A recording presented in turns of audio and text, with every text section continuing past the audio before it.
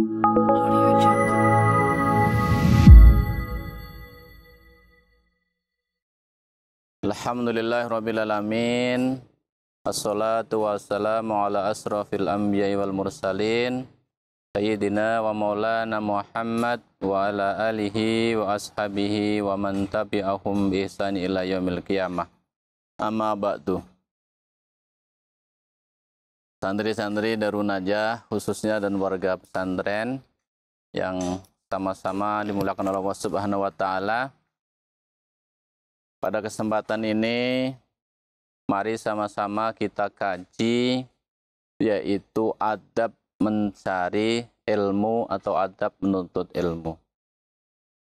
Seseorang yang dianggap pintar belum tentu dia memiliki adab. Atau sering kita mendengar orang yang bergelar tinggi, orang dikatakan punya ilmu, tetapi dia tidak memiliki adab. Apa itu adab? Adab adalah sopan santun, adab adalah akhlakul karimah, akhlak yang baik. Maka untuk bisa mendapatkan ilmu, seseorang harus belajar adab terlebih dahulu, baru menuntut ilmu. Rasulullah SAW telah diutus ke dunia ini, misinya adalah satu, yaitu bagaimana menyempurnakan akhlak manusia atau memperbaiki adab manusia. Bu'istu liutamima makarimal akhlak. Maka seseorang yang akan menuntut ilmu hendaklah memperhatikan hal-hal berikut. Yang pertama, adab dalam menuntut ilmu adalah tahsinul niyat atau memperbaiki niatnya, meluruskan niatnya semata-mata liridho illahi ta'ala, untuk mendapatkan ridho dari Allah Subhanahu wa ta'ala, bukan untuk yang lain. Karena menuntut ilmu kalau tujuannya yang lain, dia tidak akan bisa mendapatkan ilmu tersebut. Ilmu Allah itu adalah cahaya. Maka cahaya Allah ini tidak akan bisa didapat bagi orang-orang yang salah niat. Al ilmu nurun wa nurullahi la yuhda lil ashi.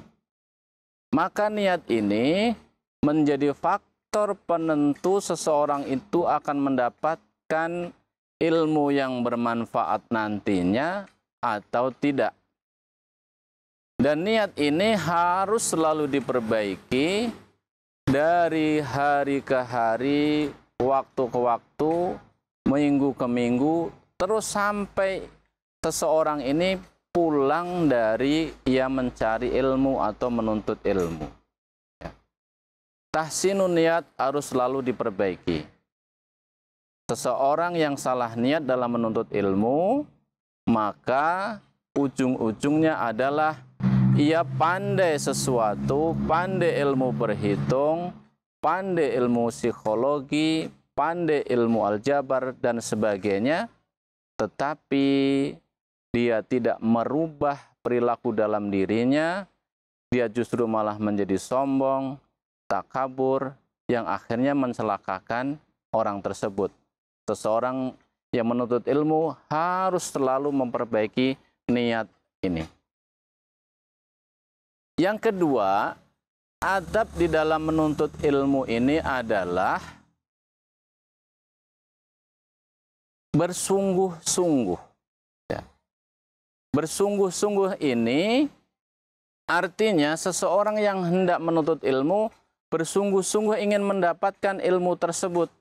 Ilmu apa? Yaitu ilmu yang bisa menyelamatkan dirinya baik di dunia maupun di akhirat.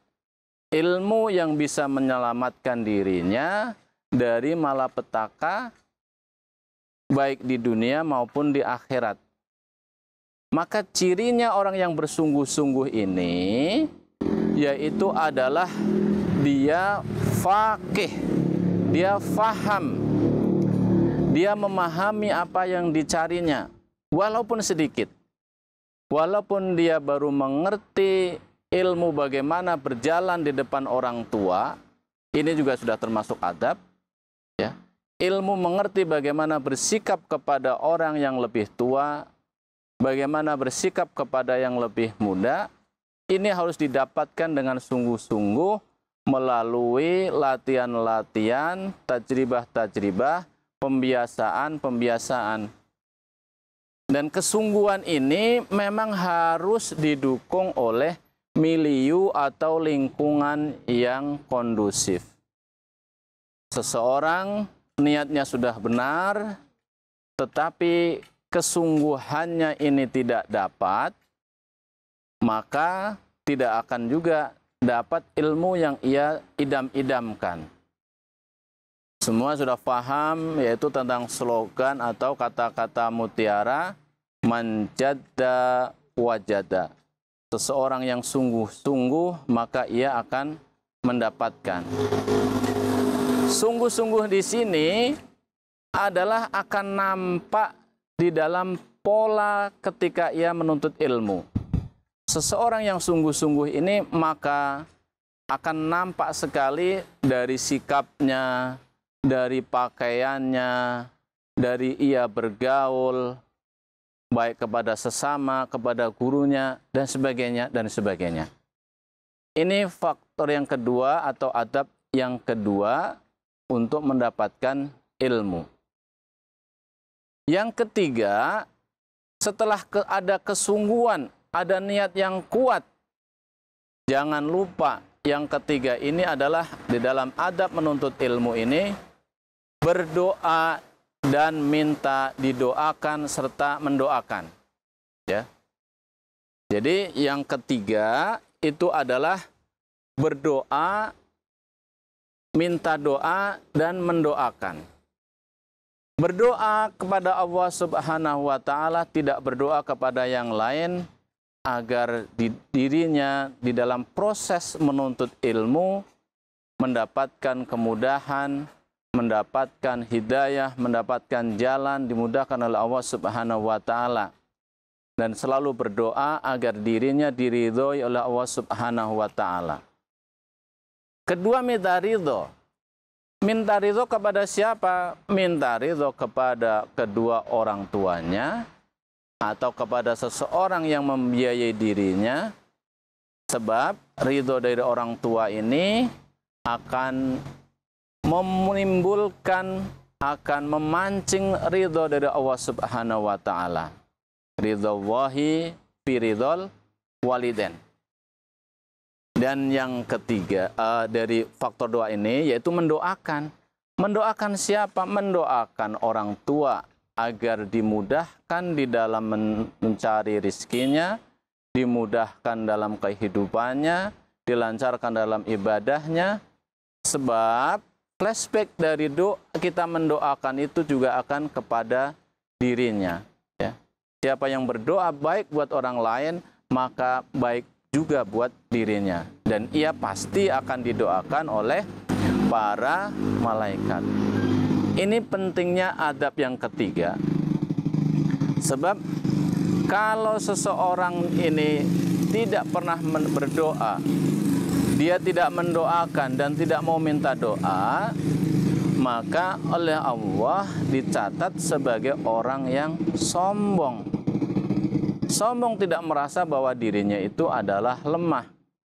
Seseorang yang tidak mau berdoa, ini merasa bahwa dirinya sudah bisa, merasa bahwa dirinya mampu. Maka seorang penuntut ilmu harus betul-betul menghindari adab yang ketiga ini, yaitu yang tidak mau mendoakan.